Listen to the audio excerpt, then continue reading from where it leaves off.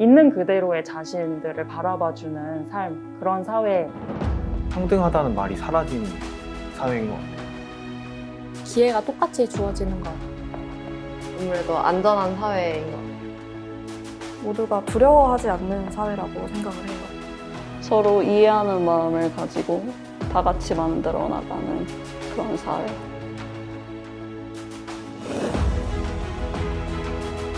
여성과 남성 모두 공정하고 차별받지 않는 성평등 사회를 실현해야 한다는 청년들의 목소리에 답하고 대안을 모색해야 할 때입니다.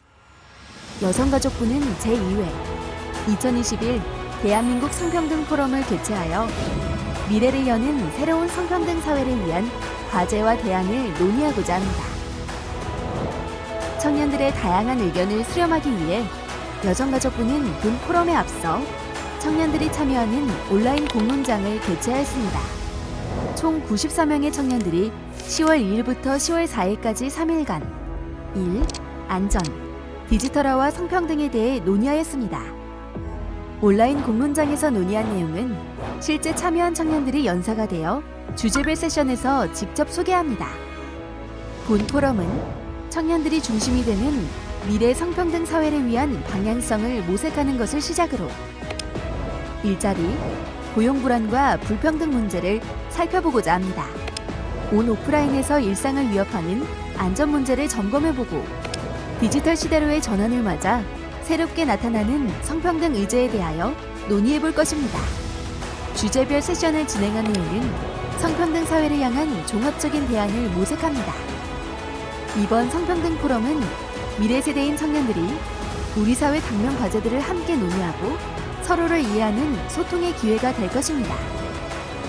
공정과 포용, 평등과 존중의 가치를 바탕으로 성평등 사회를 실현하기 위한 대안을 모색하는 2021 대한민국 성평등 포럼 지금 시작합니다.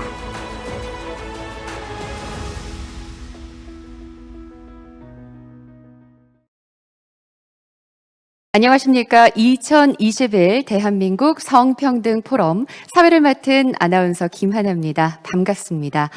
평등이라는 말이 더 이상 필요 없어진 사회, 청년들이 말하는 새로운 성평등 사회를 함께 만들어가기 위해서 오늘 우리는 이 자리에 모였습니다.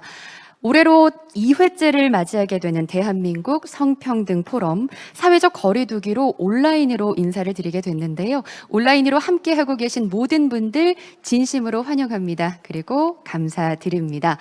이번 포럼은 미래를 여는 새로운 성평등 세상을 주제로 일과 안전 그리고 디지털 전환, 이렇게 다양한 분야에서 청년들이 직면하고 있는 현실을 만나보고 더 나은 미래를 만들고자 합니다. 2021년 현재 우리 시대 청년들은 높은 성평등 의식으로 이 고용상 성차별, 경력 단절, 직장 내 성희롱, 그리고 디지털 성범죄 등의 문제를 현실에서 체감하고 적극적으로 개선을 요구하고 있습니다. 그리고 코로나19로 심화하고 있는 실업, 그리고 고용 불안, 가속화하는 디지털 전환 속에서 나타나는 성불평등 문제들은 청년들이 새롭게 도전해야 하는 도전 과제들이 되겠죠. 자, 그래서 오늘부터 이틀간 온라인으로 미래 세대인 청년들이 서로 소통하고 대안을 마련하는 공론의 장을 만들어가고자 합니다. 자, 그러면 여러분과 함께 미래를 여는 새로운 성평등 세상 2021 대한민국 성평등 포럼을 지금부터 시작하겠습니다. 개회식의 첫 번째 순서로 정영애 여성가족부 장관님의 개회사가 있겠습니다. 단상으로 모시겠습니다. 마음으로 환영해 주십시오.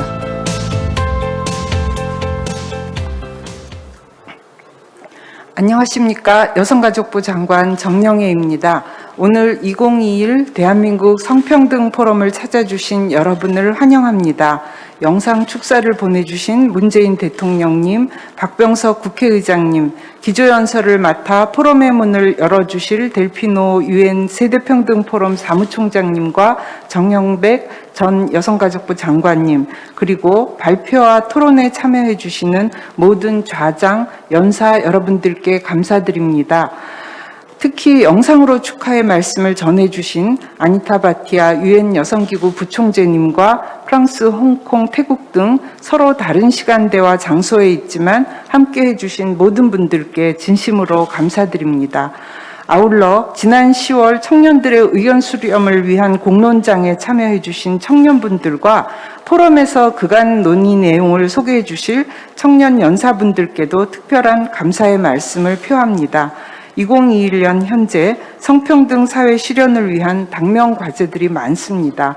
고용불안과 일자리 등 불평등 심화, 일상을 위협하는 안전 문제, 디지털 사회로의 전환 등 여러 경제 사회적 환경 변화와 함께 여성과 남성 모두 공정하고 차별받지 않는 성평등 사회를 실현해야 한다는 요구에 직면하고 있습니다.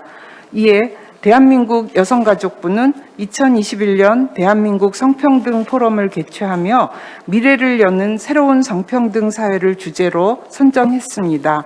일, 안전, 디지털화 등 우리 사회 청년들의 어려움과 성평등 인식격차 해소를 위해 필요한 과제와 대안을 청년, 시민사회, 학계, 정부, 국제기구 등 다양한 사람들이 함께 논의하고자 합니다.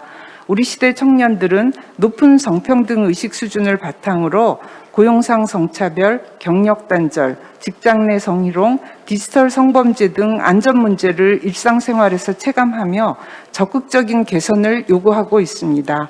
청년들이 생각하는 성평등 사회의 모습도 있는 그대로의 나를 바라봐주는 사회, 기회가 똑같이 주어지는 것, 모두가 두려워하지 않는 사회, 안전한 사회 등 다양합니다. 각자의 생각과 경험이 다르기에 성평등 의제를 둘러싼 의견이나 인식 차이도 존재할 수 있을 것입니다. 불평등 심화와 극심한 경쟁 환경은 우리 사이의 대화와 토론을 더욱 어렵게 하는 한편 코로나19로 가속화되는 디지털 전환은 우리에게 새로운 도전 과제를 제시하고 있습니다. 이에 여성가족부는 지난 10월 본 포럼에 앞서 사전 공론장을 온라인으로 개최하고 100여 명의 남녀 청년이 함께 참여하여 성평등 사회를 위한 과제와 대안을 논의하였습니다. 일, 안전, 디지털화 등과 관련해 남녀 청년들이 겪고 있는 어려움을 솔직하게 공유하고 원인과 해결 방안을 함께 모색하였습니다. 이 시간은 우리 사회를 이끌어갈 청년들이 성평등 의제에 관심을 갖고 방향을 모색하는 뜻깊은 시간이자 성별 인식 격차를 해소하는 중요한 소통의 기회가 되었습니다. 그 논의 결과와 참여자들의 소감은 오늘 그리고 내일 이어지는 세션에서 현장의 목소리로 소개될 것입니다.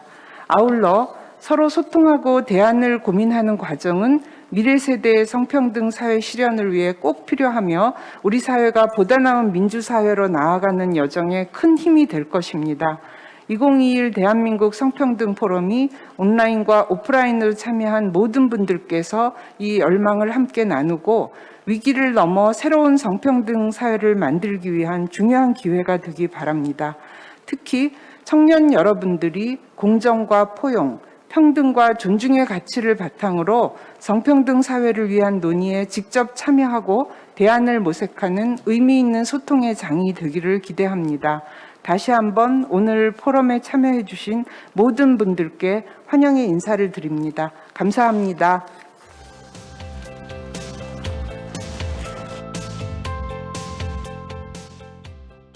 네, 정영애 장관님께 감사의 말씀을 드립니다.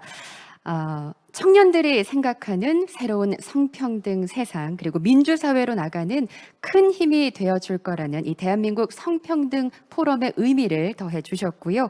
이번 포럼의 문을 개회사로 열어주셨습니다. 자, 그러면 이번에는 2021 대한민국 성평등 포럼을 함께하고 계신 여러분께 감사의 인사로 문재인 대통령님의 축사가 이어지겠습니다. 영상으로 함께 만나보시죠. 2021년 대한민국 성평등 포럼 개막을 축하합니다. 미래를 여는 새로운 성평등 세상을 꿈꾸며 포럼에 함께해 주신 모든 분께 따뜻한 환영의 인사를 드립니다. 이제 성평등은 조금씩 우리 모두를 자유롭게 하고 있습니다. 억압되었던 에너지를 끌어내고 성숙한 대한민국을 만드는 새로운 힘이 되고 있습니다. 북경행동강령 25주년과 유엔 안보리 결의안 1325호 20주년을 기념하여 시작된 대한민국 성평등 포럼이 두 번째를 맞이했습니다. 성평등 사회를 위한 우리의 의지와 국제연대를 더욱 굳게 다지는 계기가 되길 바랍니다. 특별히 올해 포럼에서는 평등사회에 대한 청년들의 솔직한 목소리를 전할 예정입니다.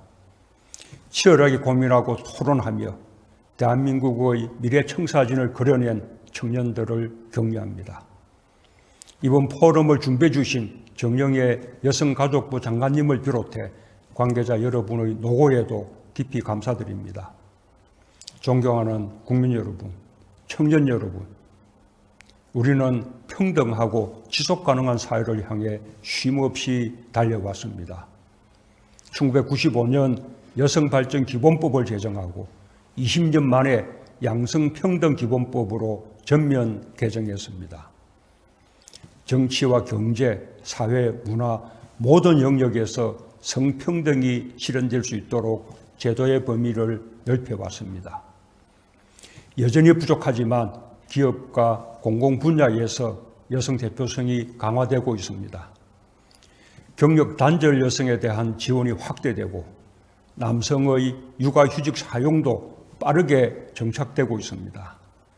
여성과 남성 모두 평등하게 자신의 역량을 발휘할 수 있어야 한다는 의식이 이뤄낸 성과입니다. 평등한 사회적 분위기 속에서 나고 자란 우리 청년들은 공정과 정의를 가장 진지하게 생각하는 세대입니다. 기존 제도와 구조의 한계를 뛰어넘어 새로운 세계로 거침없이 나아가는 용기 있고 역동적인 세대입니다. 때로는 젠더 갈등, 세대 내 격차와 같은 진통을 겪지만 청년들은 서로의 차이를 직시하며 포용하려고 노력합니다. 끊임없이 소통하며 연대해 나간다면 기성세대가 풀지 못한 불평등과 불공정 같은 어려운 과제에 대해 번뜩이는 해법을 분명 발견할 수 있을 것이라 확신합니다. 우리 청년들은 자신의 행복과 타인의 권리를 함께 지키며 서로 다채롭게 빛을 발하는 삶을 살아갈 것입니다. 각계 전문가 여러분께서도 지혜를 아낌없이 모아주시길 부탁드립니다. 정부 또한 미래 세대를 위해 더욱 노력하겠습니다.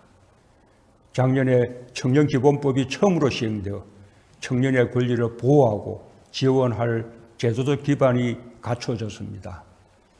민간위원 60%를 청년으로 구성한 청년정책조정위원회도 출범했습니다.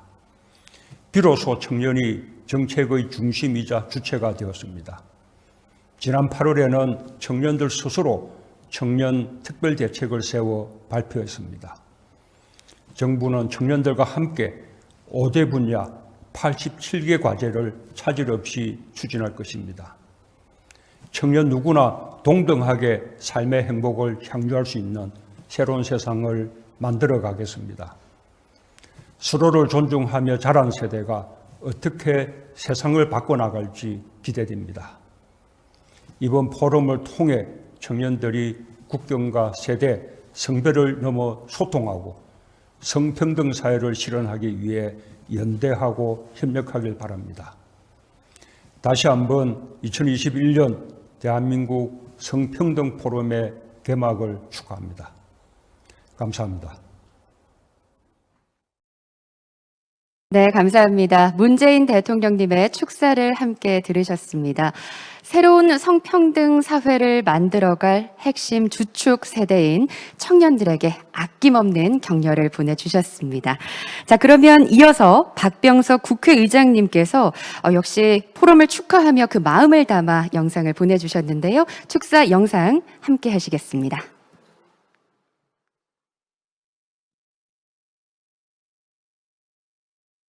국회의장 박병석입니다. 2021 대한민국 성평등 포럼 개최를 축하드립니다. 정영애 여성가족부 장관님과 행사를 준비해 주신 많은 분들 수고하셨습니다. 기조연설을 맡아주신 델피노 UN 세대평등 포럼 사무총장님, 정현백 여성가족부 전 장관님, 발표와 토론에 참여하시는 모든 분들께도 한 분 한 분 인사를 드립니다. 미래를 여는 새로운 성평등 사회, 오늘 포럼의 주제입니다. 특히 청년들의 시선으로 성평등 사회의 대안을 논의한다는 점에서 기대가 큽니다. 일, 안전, 디지털, 이번 포럼이 주목한 키워드입니다. 성평등 사회로 가기 위해 청년들이 반드시 거쳐야 하는 관문이기도 합니다. 코로나19 팬데믹은 청년과 여성들에게 더 가혹했습니다. 이런 사실은 OECD 일자리 통계에서도 확인되고 있습니다. 디지털 대전환에 따라 성별 불평등 확대에 대한 우려도 함께 커지고 있습니다. 우리 청년들은 입시 경쟁, 취업난, 주거난, 삼중고를 겪고 있습니다. 자살률도 높아가고 있고 20대 여성의 우울감 증가도 심각합니다. 미래는 청년들의 것입니다. 오늘을 사는 우리는 청년의 목소리에 귀 기울이고 희망의 사다리를 다시 놓아야만 합니다. 청년이 꿈을 접는 사회에서는 내일이 없습니다. 국회도 문제 해결을 위해 더 노력하겠습니다. 이번 포럼에서 성평등 사회 실현을 위한 실질적인 논의가 이어지기를 기대합니다. 성별, 세대, 국경을 넘어 서로 소통하며 함께 성평등 사회를 만들어 나갑시다. 감사합니다. 네, 청년들이 꿈을 접지 않는 내일이 있는 그런 미래를 같이 만들어 나가자는 마음을 담아서 축사를 보내주셨습니다. 박병석 국회의장님께 감사의 말씀을 드리고요. 그리고 이번에도 특별한 축하의 영상이 하나 더 준비되어 있습니다. 작년이었죠. 2020 대한민국 성평등 포럼 연사로 참석을 해주셨었습니다. UN 여성기구 아니타 바티아 부총재님께서도 영상으로 축하의 마음을 보내오셨는데요. 함께 만나보시죠. 대한민국의 정영애 여성가족부 장관님, 내외 귀빈 여러분, UN 여성기구의 부총재로서 이번 기회를 빌려 축사를 드릴 수 있게 되어 기쁘게 생각합니다. 이번에 두 번째로 개최되는 2021 대한민국 성평등 포럼, 미래를 여는 새로운 성평등 세상을 진심으로 축하드립니다. 저는 작년 포럼에 연사로 참여할 수 있었는데요. 올해 다시 이렇게 뵐 수 있게 되어 대단히 기쁘게 생각합니다. 내외 귀빈 여러분, 최근 북경 행동강령의 25년 이행에 대해 이뤄진 평가 결과 중요한 많은 발전이 있었음에도 불구하고 세계 그 어느 나라도 성평등을 이루지 못하고 있는 것으로 나타났습니다. 성평등을 위한 진보는 흔들리고 있으며 어렵게 얻은 이득은 역전되고 있습니다. 유엔 여성기구는 코로나19 팬데믹이 수백만 명을 극심한 빈곤으로 몰아넣음으로써 기존의 불평등을 악화시키고 있다고 지적한 바 있습니다. 그 중에서도 여성이 가장 큰 피해를 입었습니다. 한편 여성과 소녀들에 대한 폭력으로 일컬어지는 소위 말하는 그림자 팬데믹도 계속되고 있습니다. 전반적인 불안과 경제적 불안은 어린 여성과 소녀들을 다양한 형태의 차별, 착취, 학대에 노출시키고 있습니다. 오늘 포럼이 지극히 마땅하게도 청년을 중심에 둔 것을 보고 매우 기뻤습니다. 오늘날의 젊은이들은 팬데믹으로 인한 불균형적인 영향을 받고 있고 특히 교육과 고용 면에 있어서 어려움이 큽니다. 한편 청년들이 공동 행동에 함께하는 것은 사회 변혁의 주요 동력으로 작용합니다. 특히 소녀들은 성평등을 위한 변혁을 가져올 수 있는 거대한 힘을 구성합니다. 청년 세대는 대부분 북경회의 이후 태어난 세대로 미래 발전을 더욱 훌륭하게 또 다르게 다져나가고 있습니다. 그들은 변화를 위한 세계적인 행동에 선두에 있으며 팬데믹에 대응하고 또 팬데믹이 노출시킨 구조적 불평등을 해결하기 위해 노력하고 있습니다. 세대 평등 포럼을 통해서 나타난 유엔 여성기구의 비전은 성평등을 위한 싸움에 청년 세대를 지속적으로 참여시키고 또 소녀들을 포함한 청년들의 목소리와 리더십을 추진하며 청년의 의사결정 참여를 지원하는 것입니다. 우리는 소녀들의 효과적인 참여를 보장하고 존중할 수 있는 강력한 정책을 수립해야 합니다. 우리는 적절한 자원과 자금이 소녀들에게 할당될 수 있도록 해야 합니다. 여성들이 진정으로 디지털 혁명의 중심에 있고 또 혜택을 받을 수 있도록 모든 기술 관련 이니셔티브를 여성이 공동으로 설계하도록 보장해야 합니다. 올해 초 열린 세대평등 포럼에서는 성평등을 위한 글로벌 청년 운동을 육성하는 수천 명의 청년 옹호자들이 참여했습니다. 또한 세대평등 청년 태스크포스를 설립했습니다. 그리고 유엔 여성기구는 소녀, 청년, 또 유엔 기구, 시민사회 단체 등과 협력하여 청년들이 세대 평등을 달성할 수 있는 로드맵을 가지고 청년 여정을 시작했습니다. 대한민국이 진정한 세대 간 리더십 정신으로 이런 플랫폼을 제공해 주신 점에 대해서 깊은 감사드립니다. 대한민국과 유엔 여성기구와의 파트너십은 매우 중요한 전략적 동반자 관계라고 할 수 있습니다. 그리고 대한민국 여성가족부와의 긴밀한 업무 관계도 올해 말 한국의 유엔 여성기구 우수센터를 설립함으로써 더욱 강화될 것입니다. 대한민국이 가지고 있는 활기차고 글로벌한 청년 문화는 물론 빠른 경제 사회 발전을 이룩한 독특한 경험을 더욱 활용하여 세대 간의 또 성별 간의 분열을 해소하기 위한 세계적인 노력을 이끌어갈 수 있기를 기대합니다. 올해 초 방탄소년단이 유엔 총회에서 공연하는 것을 보고 우리 모두가 혜택을 입었다고 생각합니다.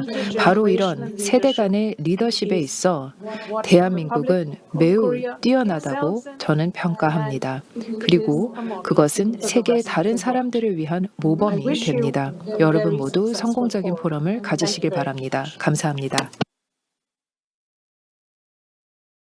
네, 함께 해주시는 모든 분들께 진심 어린 격려의 메시지를 보내주셨습니다. 아니타 바티아 유엔 여성기구 부총재님께 감사드리고요. 오늘 축하의 메시지를 전해주신 분들의 말씀처럼 오늘 포럼이 국가 그리고 국제사회, 시민사회의 이 연대와 협력을 통해서 남성과 여성이 모두 공정하게 차별받지 않는 성평등 사회를 만들기 위한 소중한 마중물이 되기를 진심으로 희망합니다. 그러면 먼저 델핀 오 유엔 세대 평등 포럼 사무총장님께서 기조 연설로 2021 대한민국 성평등 포럼의 문을 활짝 열어 주실 텐데요. 주제는 세대 평등 포럼 성과와 앞으로의 교훈입니다. 자, 기조 연설 만나보시죠.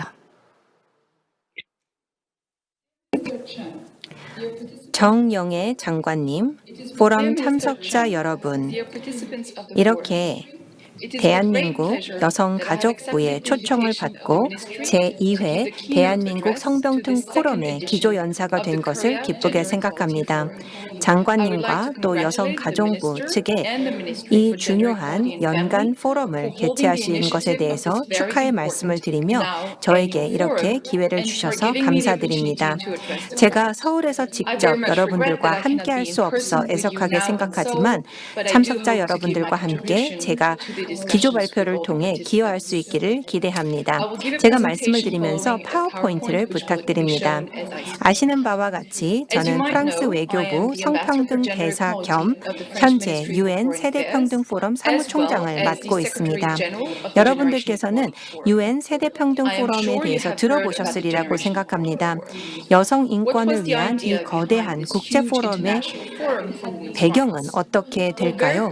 아주 간단하게 생각해 보면 1995년 대규모의 세계 여성 회의가 북경에서 개최된 지 25년, 26년쯤 지나게 됐다라는 것을 깨닫게 되었습니다.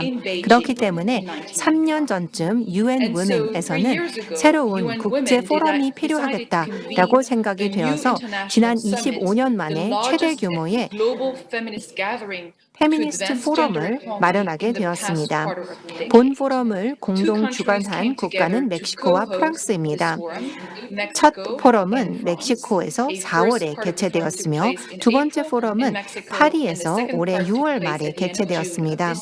본 포럼은 온라인과 오프라인이 병행된 포럼이었고 온라인 참석자 같은 경우에는 개회식 기준으로 해서 5만 명이 참여해 주셨으며 6월에 직접 파리에 오셨던 분들은 1,000여 명 정도 되었습니다. 첫 번째 슬라이드를 먼저 보여드립니다. 파리에서 개최된 세대 평등 포럼의 특징들을 한번 살펴보도록 하겠습니다. 저희는 완전히 새로운 조약들, 약속들을 만들고자 했는데요. 이것은 바로 젠더 평등을 위한 투자라고 말씀을 드릴 수가 있겠습니다. 차후에 더 구체적으로 말씀을 드리겠고요. 두 번째로는 다자주의를 새롭게 만들고자 했습니다. 아시는 바와 같이 프랑스의 마크롱 대통령께서는 다자주의를 통해서 중요한 문제들을 해결해 나가고자 하는 의지를 갖고 계신데 성평등이 그 중에 하나입니다. 세 번째로는 여러 세대와 여러 분야가 다양한 여성들, 장애를 가진 여성들, 성소수자 여성들, 원주민 여성 등들 다양한 여성들이 모였습니다. 네 번째로는 포럼을 설계하는 방식에 있어서 핵심 리더십 모델이 굉장히 새로웠습니다. 우선 포럼의 의사결정을 하기 위한 코어 그룹에는 멕시코와 프랑스의 대표, UN Women의 대표분들 뿐만 아니라 시민사회단체와 NGO 그리고 저희는 청년 태스크포스라고 하는 청년분들의 참여가 있었습니다.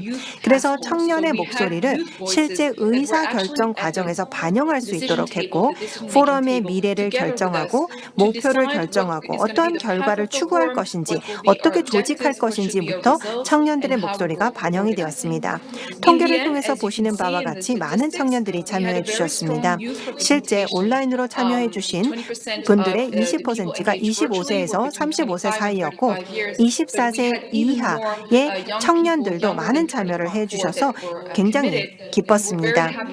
성평등도 이루었습니다. 왜냐하면 전체 참여자들의 56%만 여성이었고 나머지는 남성이셨습니다. 포럼의 핵심 결과들을 살펴보도록 하겠습니다. 우선 성평등을 위해서 400억 달러의 투자를 약속받았습니다. 25년 만에 개최된 국제사회의 포럼이었습니다. 사실 25년 동안 아주 구체적으로 실질적 프로젝트와 프로그램 액션을 위해서 투자가 이루어진 적이 없었습니다. 그렇기 때문에 25년 만에 이러한 약속을 받아낼 수가 있었고 성평등을 위해서 저희가 모든 계획을 촉진할 수 있는 5개년 계획을 만들었고 또 여성의 평화와 안전을 위한 협약을 새롭게 만들었는데 시간 관계상 구체적으로 말씀을 드릴 수는 없겠습니다만 저희는 굉장히 많은 분들께서 이제는 성평등과 여성의 권리를 의료, 스포츠, 문화, 교육, 성인지 정책, 무역 등 다양한 분야에서 약속해 주셨습니다. 핵심적인 약속들을 보면 저희가 소위 말하는 행동연합을 토대로 하고 있습니다.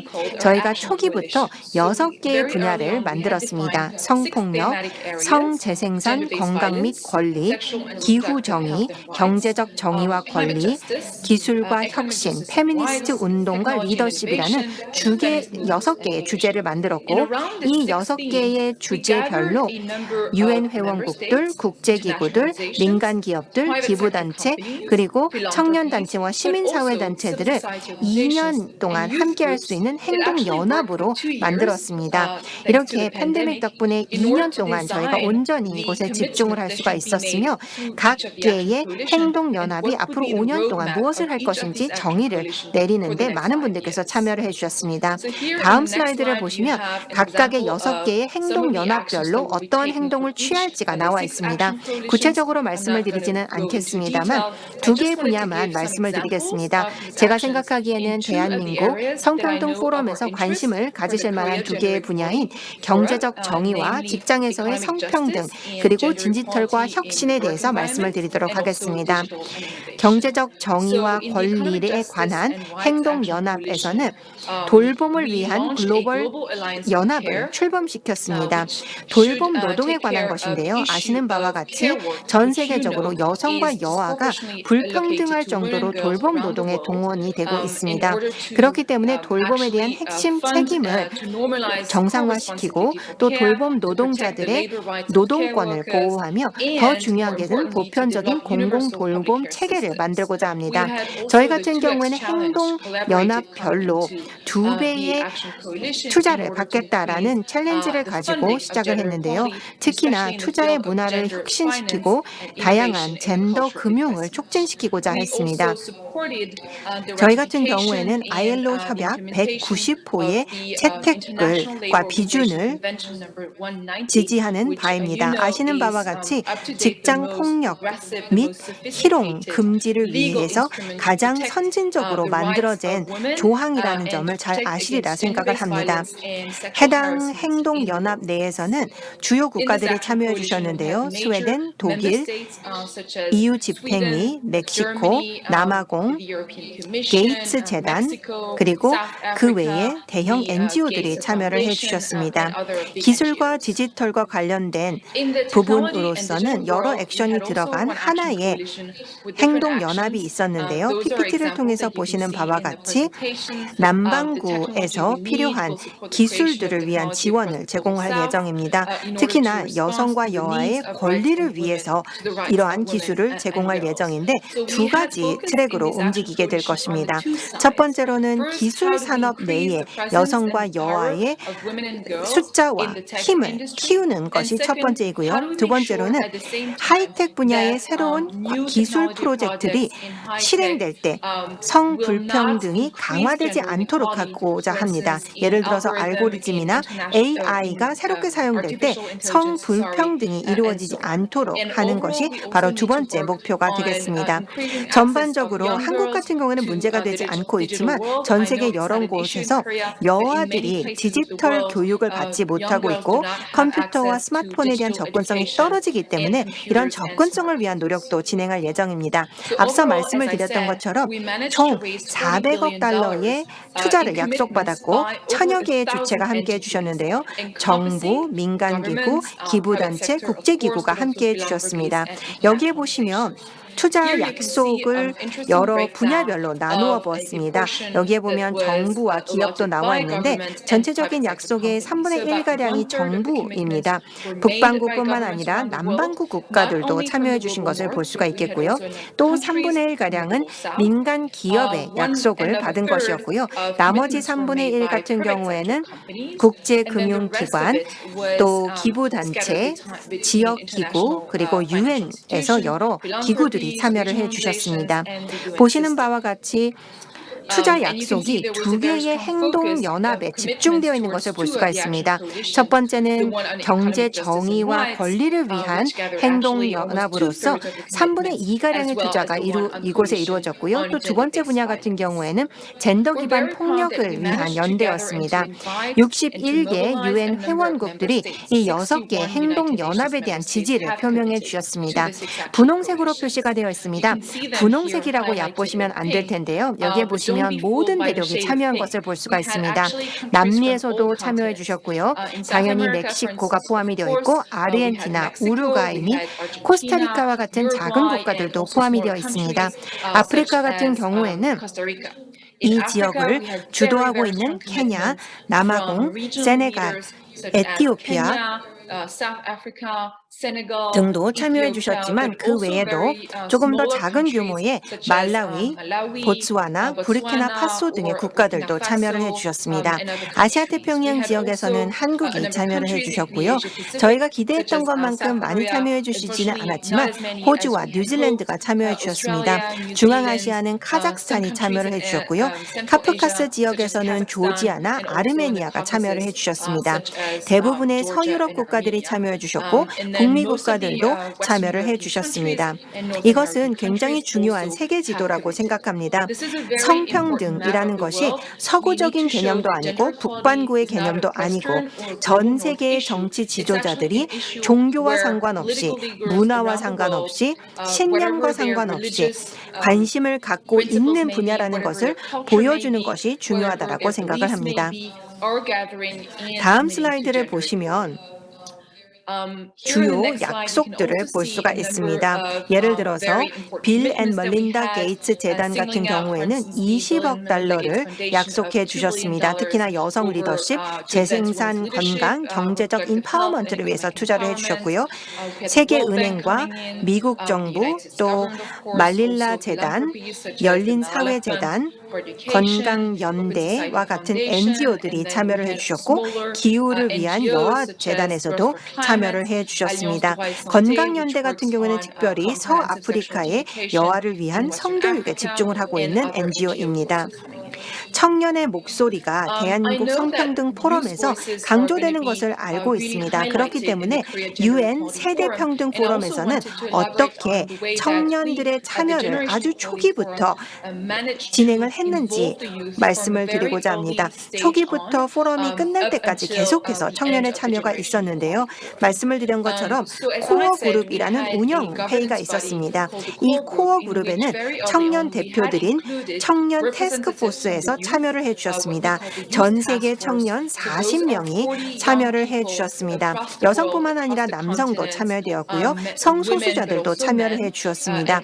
이렇게 다양한 분들이 의사결정 과정에 직접 참여를 하면서 각각의 행동연합들의 로드맵들이 청년들의 필요에 대한 답을 찾는 방향으로 이루어지도록 했고요. 뿐만 아니라 전국적으로 젠더 관련 활동을 하시는 청년 300명을 하나의 개의 집단으로 참여를 시켰습니다. 그래서 여러 국가에서 활동을 하고 계신 분들이 참여를 해주셨고 포럼 자체 동안에도 청년 대표분들이 실제 파리의 개회식에 참여를 해주셨습니다. 무대 위로 올라와서 직접적으로 유엔 사무총장님과 마크롱 대통령과 또 그때 당시에 유엔 women의 총재이셨던 폰질레 몽카 전 총재님과 전 세계의 리더분들과 직접 대화를 나눌 수 있는 자리를 마련해 드렸습니다. 3일 동안 100여 개의 디지털 이벤트가 개최되었습니다. 그래서 저희는 디지털 무대라고 불리는 저희의 온라인 플랫폼의 주도권을 청년 태스크포스가 갖도록 했습니다. 그래서 청년 태스크포스는 자신들이 직접 운영하는 디지털 공간이 있었기 때문에 자신들이 어떠한 이벤트를 개최하고자 하는지를 직접 선택하고 청년들의 목소리를 알리기 위한 방식들을 직접 진행했습니다. 뿐만 아니라 청년 페미니스트 매니페스토도 반영을 하게 되었고 이것이 결국은 UN 세대평등 포럼의 리더분들께 전달이 되었습니다. 청년 목소리들을 높이기 위해서 저희가 청년 주간도 마련을 했고 SNS상에 워낙 많은 분들께서 활동하고 계시기 때문에 SNS를 위한 영상도 만들었습니다. 청년 대사들을 임명을 해서 세대평등 포럼을 위해서 목소리를 낼 수가 있었고 새로운 해시태그 들을 사용을 하면서 전 세계 청년들과 상호작용하기 위해 노력을 했습니다. 마지막으로 UN 세대평등 포럼의 핵심적인 성공 요인들을 몇 가지만 말씀을 드렸으면 좋겠습니다. 우선 다자간 거버넌스 구조를 갖고 있었습니다. 그래서 정부와 대화하고 정부와 국제기구 간의 대화가 이루어졌을 뿐만 아니라 시민사회단체들도 청년들과 같이 상호작용하고 민간 기업들, 기부단체들, 여러 주체들이 함께할 수 있도록 했습니다. 뿐만 아니라 저희가 포럼을 설계할 때도 6개의 행동연합을 만들 때에도 또 저희의 최종적인 계획을 만들 때에도 참여하시는 분들이 회원국이든 NGO이든 민간 기업의 대표이시든 모든 것이 마련된 다음에 차후에 참여하는 것이 아니고 로드맵 단계부터 설계 단계부터 직접 참여하도록 했습니다. 그렇게 되면 모든 의사결정에 참여했기 때문에 의사결정에 대한 책임을 지게 됩니다. 이것은 민간 기업의 이사회를 운영하는 것과 같은 형태라고 보시면 되겠습니다. 마지막으로는 디지털 툴과 플랫폼을 활용을 했기 때문에 저희가 온라인 캠페인을 훨씬 더 폭넓게 진행할 수 있었습니다. 마지막 슬라이드를 보시면 주요 연사분들의 일부를 보고 계십니다. 개회식에 참여를 해주셨던 분인데요. 가운데 보면 마크롱 대통령 계시고요. 또 프랑스의 엘리자베트 메리노 성평등 장관님 계시고 또 한쪽에 힐러리 클린턴도 보입니다. 여기에 보시면 유엔의 고위 당국자 분들도 참여해 주셨고 조지아의 대통령께서도 참여해 주셨고 여러 국가의 대통령께서도 참여해 주셨는데요. 왼쪽을 보시면 아프리카 전통 의상을 입은 청년도 있고요. 아프리카 연합의 청년 특별 대사도 참여를 해주셨습니다. 시민사회 대표분들도 무대에 함께 해주셨습니다. 이것이 바로 UN 세대평등 포럼의 모습입니다. 포럼은 이제 마무리가 되었기 때문에 포럼 동안에 많은 약속들이 이루어질 수 있도록 5년의 기간을 갖게 되었고 또 프랑스에서 약속이 되었던 400억 달러가 모두 투자되도록 해야 할 것입니다.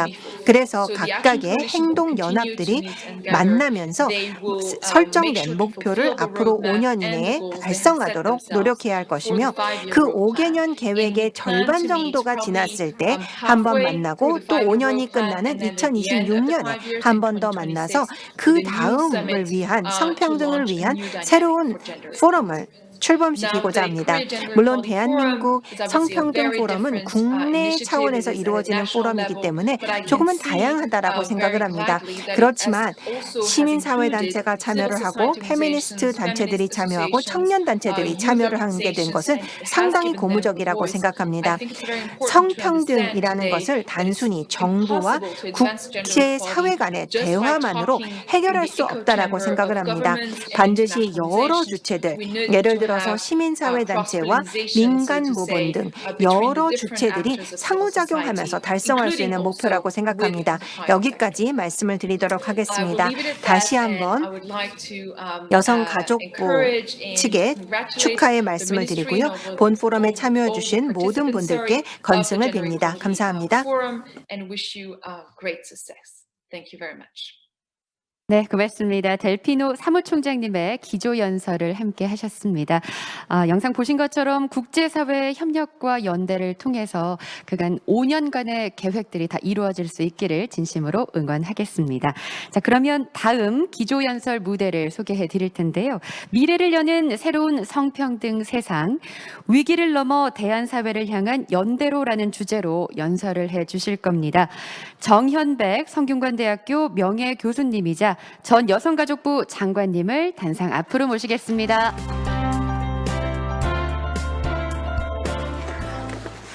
네, 여러분 반갑습니다. 방금 소개받았고 여러분들한테 오늘 말 걸기를 시도하는 정현백입니다. 제가 오늘 말하려는 주제는 미래를 여는 새로운 성평등 세상, 위기를 넘어 대한사회를 향한 연대로라는 제목입니다. 여러분, 팬데믹의 시대는 위기의 시대입니다. 그러나 동시에 코로나 팬데믹의 시대는 전환기를 열어갈 수 있는 강력한 토대가 될 수도 있습니다. 자, 이 시기에 우리는 K-방역을 통해서 국가에 대한 신뢰가 높아졌습니다. 한국은 개방성과 투명성을 무기로 방역에 성공한 모델 국가로 얘기되기 시작했습니다. 높은 방역 참여율, 이제 이미 참여율과 더불어서 사람들은 그 투명성과 개방성을 전제로 한 이런 높은 참여율을 통해서 한국은 이제 국민의 70%가 선진국에 진입했다라고 얘기를 하게 됩니다. 그래서 요즘 박태웅 선생이 쓴 깨어보니 선진국이라는 책이 유행하고 있습니다. 이 책에서는 과연 우리가 선진국인가, 선진국으로 가려면 우리가 어떻게 성찰해야 되는가 하는 얘기를 담고 있기도 합니다. 자, 그러면서 우리 사회 특징은 민주적 시민성이 높아진 만큼이나 정치에 대한 관심도 높아졌고 사회 공동체에 대해서 거는 기대도 높아졌습니다. 그런데 한편으로 사람들은 사회적 신뢰는 높아졌지만 서로에게 위협이 되는 구체적인 동료 시민은 밀어내고 있는 것이 우리 현실이 아닌가 하는 얘기입니다. 다시 말해서 국가에 대한 신뢰, 공공성에 대한 신뢰는 높아졌지만 제도에 대한 신뢰는 높아졌지만 사회적 신뢰는 여전히 높지 않습니다. 그래서 한국은 대표적인 저신뢰 사회라고 얘기를 하고요. 그리고 법 공정성이나 계층 혹은 계급의 이동성에 대한 신뢰는 여전히 호전되지 않습니다. 그러니까 여러분들 청년 세대는 만나면 사실 흑수저, 은수저, 금수저 얘기를 여전히 하고 있습니다. 그러면서 또 우리 자신을 돌아보면 자신의 이익을 양보할 의사는 적습니다. 공동체가 할 수 있는 역할에 대한 신뢰는 높아졌지만 이웃과의 관계에서는 여전히 이기적인 것이 오늘 우리의 모습입니다. 자, 이런 현실 속에서 5천만은 우리 국민이 보유하고 있는 주식 거래 계좌 수입니다. 그리고 놀라운 것은 신규 투자자의 절반이 20, 30세 2030 세대로 54%입니다. 그리고 신규 투자자의 이제 마음이 급해져서 시작한 신규 투자자의 60%는 수익이 마이너스고 그래서 2017년에서 2020년 말 사이에 29세 이하의 가구주에서 자산이 감소한 액수가 248만 원인데 이에 비해서 작년에 국내 57개 증권사의 수수료 수익은 13조가 넘었습니다. 그런데 왜 2030 세대가 불확실한 투자에 뛰어드는 것일까? 치솟는 부동산 가격과 좁혀지지 않는 사회적 격차 때문입니다. 자, 불평등한 현실, 불안한 미래라는 것은 우리에게 세대 간 격차, 세대에 따라서 차이가 나죠. 저희 세대는 최소한 대학 졸업하고 취직하면 뭐 몇 년 지나면 아파트를 살 수 있는 세대에 살았거든요. 근데 요즘 세대는 그렇지 못하지 않습니까? 그래서 세대 간 격차와 세대 내 격차가 심각하게 발생해요. 세대 내 격차라는 건 바로 흑수저와 금수저의 격차를 여러분들이 매일 피부로 느끼고 있는 현실입니다. 물론 주식 투자가 나쁜 것은 아닙니다. 기업이 자금을 조달할 수 있는 저는 중요한 수단이 된다고 생각합니다. 그러나 현재처럼 변동성이 큰 주식시장에서 우리 청년들의 평범한 삶이 저당 잡혀서는 안 될 것입니다. 주식 투자나 부동산 투자 같은 재테크를 고려하지 않아도 평범한 삶을 살 수 있도록 사회보장 체계가 강화돼야 되고, 그래서 시장소득을 통해서 소득이 원활히 분배되지 않을 경우에는 국가가 공적 자금을 통해서 보충해야 된다는 것입니다. 그래서 요즘 재난지원금이나 기본소득을 둘러싼 논쟁이 진행되고 있습니다. 마찬가지로 일자리 문제는 청년 세대의 가장 큰 고민으로 다가오고 있습니다. 자, 이런 현실 속에서 국가는 필수적으로 필요한 주거의 권리, 여러분들 사실은 요즘 집세 때문에 많이 고통당하고 있으실 텐데요. 주거나 의료나 교육, 문화 등 전반적인 사회적 서비스의 질을 높이고 양을 늘려야 하고, 이것은 누구나 인간답게 살 권리이기 때문에 우리가 요구해야 됩니다. 그러나 여전히 우리의 사회복지 비율은 2015년에 GDP 대비 11.2%로 OECD 회원국의 평균인 21.4%에 비하면 여전히 현저히 낮습니다. 2021년 통계로 비정규직은 고용보험 가입률이 74%에 불과한 것이 현실입니다. 자, 거기에다가 외로움은 민주주의를 위협합니다. 다 이런 불행한 현실 속에서, 불평등한 현실 속에서 홀로 조그만 원룸에 살고 있는 한 청년이라면 이런 홀로 남은 존재 감정이 외로움이 될 것이고, 외로움은 잘못하면 자신의 존재에 의해 의문을 품게 되고 자기를 쓸모없는 존재로 여기게 되면서 자기 혐오에 빠집니다. 근데 혐오는 자신 안에만 담아두기 어렵고 반드시 타인을 향해 갑니다. 그래서 혐오는 차별이 자라나는 토대를 이루고 연대가 필수 조건인 민주주의를 위협하고 있습니다. 이미 코로나가 본격적으로 진행되기 전인 2018년 한국 리서치의 응답조사를 보면 응답자의 26%가 자주 거의 항상 외롭다고 답변했는데 20대 응답자 중 40%가 상시적 외로움을 호소했습니다. 2018년에 영국도 국민 900만 명이 외로움에 시달리고 있다는 보고와 함께 외로움부를 만들고 장관을 임명하는 일을 했습니다. 자, 그래서 이런 것을 보면서 우리는 이제 우리의 현실을 맞닥뜨려야 됩니다. 그러나 한 가지 희망적이라고 할 수 있는 소식은 인터넷과 미디어의 강력한 영향, 또 때로는 소비주의의 흐름도 여기에 묘하게 맞물리면서 과거와 같은 진보냐 보수냐 하는 이념보다는 정서적으로 결속된 시민 정치 집단이 생겨나고, 여기에서 여성과 청년이 주역을 담당합니다. 특히 SNS를 통해서 이들은 기존과는 다른 문법으로 정치의 장을 열어주고 있습니다. 어떻게 정치의 장을 열어주고 있는지는 제가 이어서 설명할 것입니다. 그러나 또 다른 우울한 부분은 대중의 참여는 늘어나지만 이들 각각은 정치에 참여는 하지만 개인화된 정치로 가고 있습니다. 그래서 결국은 요즘 가끔가다 저는 한국의 정치는 여론조사가 이끌고 가는가 하는 생각을 할 정도로 여론조사가 큰 역할을 하고 있습니다.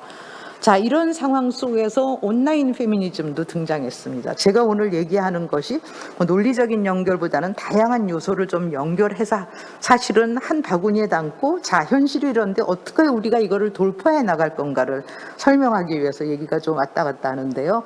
온라인 페미니즘의 등장은 여성 주체의 등장이라는 점에서 중요합니다. 미투 운동, 스쿨 미투, 디지털 성폭력, 노동시장의 성차별 문제 등을 통해서 여성들이 적극적인 여성 주체로 등장합니다. 대학로에서 제가 장관하던 시절에 불편한 용기의 집회인데요. 5만 명에서 6만 명의 여성들이 5회에 걸쳐서 모여서 더운 한여름 34도, 35도의 시위를 했습니다. 제가 계속 농담처럼 하는 얘기는 단군조선 이래로 단일한 여성의 모임으로는 가장 큰 모임이라고 할 정도로 큰 집회였습니다. 이것을 통해서 디지털 성폭력이나 성폭력에 대한 문제 제기를 하고 정부가 사실은 허겁지겁 바로 이런 문제를 어떻게 대응할 건가 하는 거를 고민하고 여러 가지 센터나 시설들을 만들어가고 있지만 다른 한편으로는 이런 긍정적인 측면이 다른 한편으로는 여성 혐오가 심각한 현실이라는 것으로 나타납니다. 그래서 사이버 공간은 이제 정치적인 공간, 끊임없는 전쟁이 벌어지고 있습니다. 그리고 제가 중고등학교 학생들과 간담회를 좀 해봤었는데요.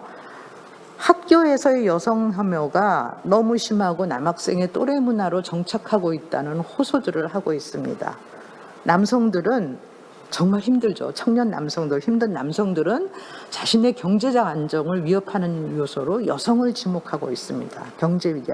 그래서 여성 혐오는 사실 남성의 여성에 대한 아주 극단적인 혐오이기보다는 남성의 위기, 정말 살아가기 힘든 위기와 관련이 되어 있기 때문에 온라인 속에 등장하는 여성 혐오를 우리는 한국에서 구조화된 젠더 불평등의 현실, 사회적 약자에 대한 연대감 약화를 반영하는 심각한 현상이라고 봐집니다. 이거를 남성과 여성이 싸우고 있다는 문제로 볼 게 아니라 구조화된 젠더 불평등 못지않게 사회적 약자에 대한 한국 사회에서 연대감의 약화라는 측면을 우리가 봐야 됩니다. 그러면서 페미니즘에 대한 혐오도 심각합니다. 특히 일부 여성들이 여기에 동조하고 있습니다. 그래서 이들은 신문에 칼럼을 쓸 때 어떻게 쓰냐면 나는 페미니스트는 아니지만 저는 좀 농담처럼 얘기해요. 저는 이 얘기를 들으면 분노해요. 여성 교수를 늘리기 위해서 만날 시위하고 자료 내고 국회에서 문강이 열리면 거기 가서 국회의원들한테 호소하고 해서 이나마 여성 교수의 숫자가 늘어나고 있는데 바로 그런 혜택을 받은 여성 교수들이 나는 페미니스트는 아니지만 라고 얘기를 하면 참 저는 절망스러웠는데요. 바로 이런 요소들은 여성들을 효과적으로 침묵시키거나 여성의 긍정적인 동일성 형성을 방해하는 역할을 하기도 합니다. 그래서 페미니스트 안에서도 다름을 핑계로 갈라치기나 비방이 일어납니다.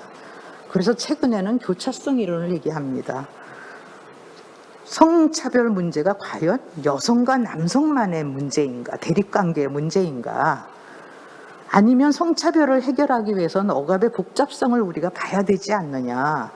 사회적 차별은 사실은 성평등 문제와 교차하고 있지 않은가라는 것을 봐야 되고, 그래서 갈등의 분할선으로서 성별이 아니라 젠더가 아니라 불평등의 구성 원리를 우리가 봐야 된다라는 얘기를 하고, 그래서 한 여성단체는 티셔츠를 만들어서 파고 캠페인도 하는데 그 캠페인의 구호가 페미니즘은 민주주의를 완성한다 라고 얘기를 합니다. 성평등의 문제와 불평등의 문제는 밀접하게 얽혀 있기 때문에 민주주의가 발전하면 사실은 성평등도 해결될 수 있기 때문입니다. 자, 그런 상황 속에서 여성 주체들이 새로이 등장하고 있습니다.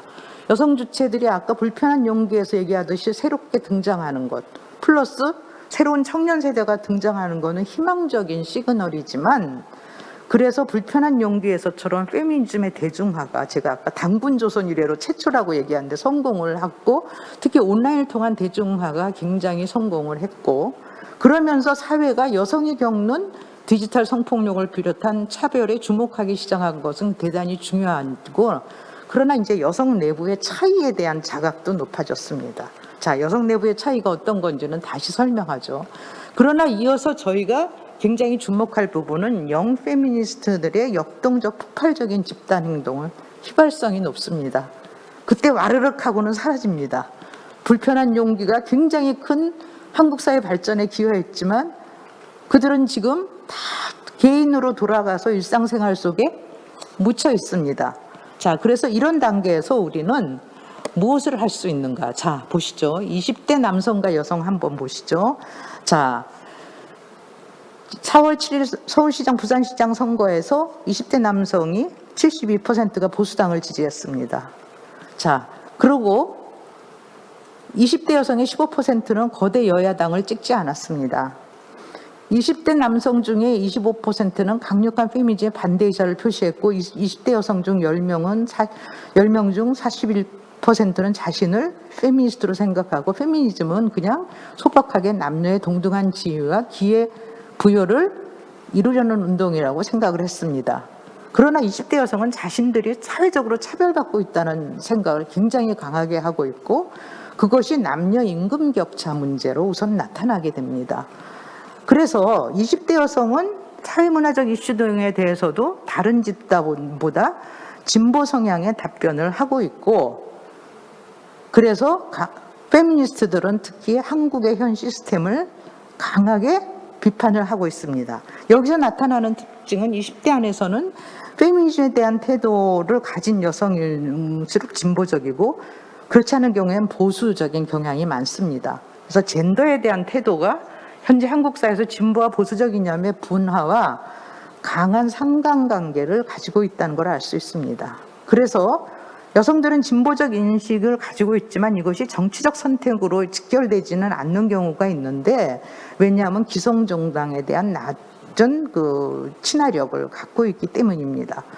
그래서 사실은 페미니즘을 둘러싼 싸움이 벌어지고 있지만 이것은 정체성을 둘러싼 싸움이고 그래서 이것을 아까 제가 교차성 이론에서도 얘기했는데 단순한 남녀 간의 갈등의 문제로만 볼 수는 없다는 겁니다. 그렇기는 하지만 왜 여성이 계급 문제를 생각하느냐. 노동력이 여성화가 점점 심해져서 여성의 참여가 늘지만 고용 불안정성이 높아지고 있습니다. 여성은 비정규직으로 많이 가고 있죠. 임시직이나. 자, 이런 부담이고 또 거기다 한국은 OECD 국가 중에서 성별 임금 격차가 가장 높은 나라입니다. 그러니까 여성들은 야, 우리가 성평등 운동만 해서 되겠느냐. 사회적인 차별, 계급 간의 차이를 극복하는 운동을 같이 해야 되지 않는가 하는 고민을 하고 있기도 합니다. 거기다가 남성들의 경우도 우리는 남성을 가해자로만 보는데요. 저는 남성성도 만들어졌다고 생각합니다. 근대 사회에서 만들어진 남성성은 생기부양자로서의 남성을 얘기하고 있습니다. 군대 제도가 생기고 서양에서부터 나오기 시작한 생기부양자로서의 남성, 이런 것들이 만들어지면서 남성은 생계부양자로서의 부담과 의식이 강하지만 특히나 글로벌화가 진행된 이후에 남성들은 생계부양자로서의 역할을 많이 잊고 있습니다. 일자리에서 떨려나고 있죠. 자, 이런 상황에서 이제 젠더 문제는 정치적인 태도에서 차이에서 보듯이 정치적인 경향을 띠고 있습니다. 그럼 우리는 여기서 무엇을 해야 될 것이냐? 여성들은 남성을 향해서 좀 더 적극적으로 여성이 해방되면 성평등이 실현되면 어떻게 더 좋은 사회가 오는가, 성평등이 실현하면 남녀 간의 관계도 어떻게 더 발전적으로 갈 수 있는가를 보여주어야 된다고 생각합니다. 자, 세상은 저절로 좋아지지 않았다. 1987년 이후 등장한 새 여성운동이 어떻게 세상을 바꿨는가를 제가 호주제 폐지, 남녀 고용 평등통을 통해서 쭉 설명을 했는데요. 이거를 제가 일일이 설명할 필요는 없지만 이 얘기를 특별히 언급한 이유는 바로 청년들도 세상은 스스로 좋아지지 않습니다. 청년들의 노력이 저는 중요하다고 생각을 합니다. 자, 이런 점에서 제가 잠깐 마찬가지로 언급할 건 청년들은 공정성만 실현되면 평등해질 수 있을 거라고 생각하는데 공정성과 능력주의의 신화가 가진 문제점을 얘기합니다. 불평등은 참아도 불공정은 못 참는 K 능력주의는 세계 가치관 조사에서 평등에 찬성한 비율이 한국이 23%인데 비해서 독일은 57%, 미국은 29%지만 중국은 52%입니다. 한국인들은 불평등에 찬성하는 비율이 대단히 높습니다. 평등에 찬성하는 비율은 낮죠. 대신에 한국인들은 공정성에 민감합니다. 물론 젊은 세대가 강조하는 절차에서의 공정성은 매우 중요하고 앞으로 실행해 가야 합니다. 그러나 공정성은 한국 사회에 강하게 뿌리내린 다른 나라보다도 더 심한 한국 사회의 공고한 능력주의와 이어져 있습니다. 능력주의가 가진 부정적인 성격은 능력주의는 불운을 가진 사람들에 대해 냉혹한 태도를 가집니다. 그리고 사회구조적 모순인 불평등은 개인의 문제로 돌리지 이것이 정부와 기업에서 개인으로 가지는 않습니다. 그리고 능력주의는 과도할 정도의 학력주의를 부추깁니다. 스카이 대학에 대한 신뢰가 바로 그런 것이죠. 그리고 능력주의 이상은 재능이 우연성에 의한 것이라는 것을 인정하지 않습니다. 우리도 마찬가지인데 미국에서도 최근에 마이클 샌델의 공정하다는 착각 같은 책에서 보면요. 미국의 경우에도 재능의 우연성이 문제됩니다. 하버드 대학을 지원하는 사람들이 거의 20대 1에 이르고 있는데 바로 20대 1에 이르고 있다는 것은 선발의 우연성이 굉장히 작용한다는 거죠. 그러나 그 우연히 뽑힌 사람들은 평생 과도할 정도의 특별한 대접을 받게 된다는 것입니다. 뿐만 아니라 능력주의는 승자에게도 피해를 남깁니다. 우리나라 유명한 연속국은 스카이캐슬 같은 것이 미국에서도 벌어지고 있습니다. 미국의 하버드 대학은 학생들의 상당히 많은 퍼센트가 정신질환을 앓고 있는 것으로 고민을 하고 있습니다. 뿐만 아니라 우리가 갖고 있는 능력주의는 통치에 적합한 능력에 도덕적, 시민적 미덕이 포함되기 때문에 기술 관료로서 테크노클라트로서의 얼마나 능력을 가지고 있는가를 따지는 것에 치우치는 경향이 있습니다. 자, 우리는 이런 현실 속에서 대안을 찾아가야 됩니다. 자, 어떻게 사회적 불평등이 정치적 불평등으로 가는지, 그리고 사회 경제적 자원이 풍부한 집단은 문화적인 헤게모니를 가지는가 하는 거는 선거 때 일을 해야 되기 때문에 선거를 하러 가지 못하는 사람의 수를 보아도 우리는 알 수가 있습니다. 자, 이런 시대일수록 우리는 담대한 결단과 근원적인 변화를 이뤄내기 위해서는 다양한 집단 토론이 필요합니다. 한국은 시민적 자유와 정치적 권리가 확장됐지만 결함이 있는 민주주의를 걱정하고 있습니다. 자, 사회경제적 불평등이 해소되어야 저는 진정한 민주주의가 온다고 생각을 합니다. 자, 그래서 우리는 저신뢰 사회에서 신뢰와 연대를 확장하는 계기로 가야 되고 각자 도생의 심리 상태를 넘어서 사회적 연대의 효과를 높여야 됩니다. 마지막으로 강조하고 싶은 것은 핀란드나 뉴질랜드 같이 민주주의가 앞선 나라의 민주시민 교육에서는 권리에 못지않게 책임의 중요성을 강조합니다. 억울한 피해를 회복하는 것 넘어서 자, 참여할 권리, 여러 사회 문제에 참여하고 발언을 하고 선거를 참여하고 하는 책임을 져야 합니다. Responsibility of vote, 선거를 할 책임을 져야 됩니다. Responsibility to get to know, 가짜뉴스에 흔들리지 말아야 됩니다. 자기가 스스로 현실을 파악하려는 노력이 필요한 그 책임을 민주시민이라면 져야 합니다. 바로 이런 서민 속에서 우리 청년은 그럼 우리가 뭘 해? 뭐를 하면 좋아? 세상에서 우리가 할 건 아무리 없는데 시간이 많이 지나서 얘기하겠습니다. 주변의 풀뿌리 운동을 지원하고 공동체 구성원들을 도와야 됩니다. 사회적 약자나 소수의 대변자가 돼야 되고 새로운 비전의 전파자가 돼야 합니다. 자, 새로운 가치나 지속 가능한 사회를 위한 대안이 나오면 여러분 SNS를 통해서라도 열심히 참여하고 토론해야 됩니다. 다음에 더 이상 국가가 이렇게 나누어서 저열한 싸움을 하지 말고 정치를 보면 매일 심란하죠. 사회적 합의를 촉진하는 역할을 여러분들이 저는 해야 된다고 생각을 합니다. 그러기 위해서는 청년들은 알아야 될 책임과 더불어 나무뿐, 청년과 여성들은 나무뿐 아니라 숲을 보려는 노력을 저는 해주어야 된다고 생각합니다. 네, 여러분 제 얘기가 여러분의 행동에 살아가는 방향에 도움이 되기를 바랍니다. 감사합니다.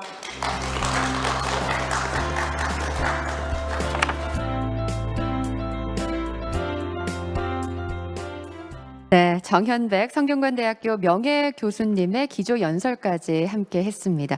세상은 저절로 좋아지지 않았다. 이 문장이 굉장히 긴 여운을 주는데요. 조금은 아프지만 우리가 처해 있는 현실을 직시하고 또 어떤 것들을 해나가야 하는지 여러 가지 생각거리를 던져주신 아주 소중한 시간이었습니다. 감사합니다.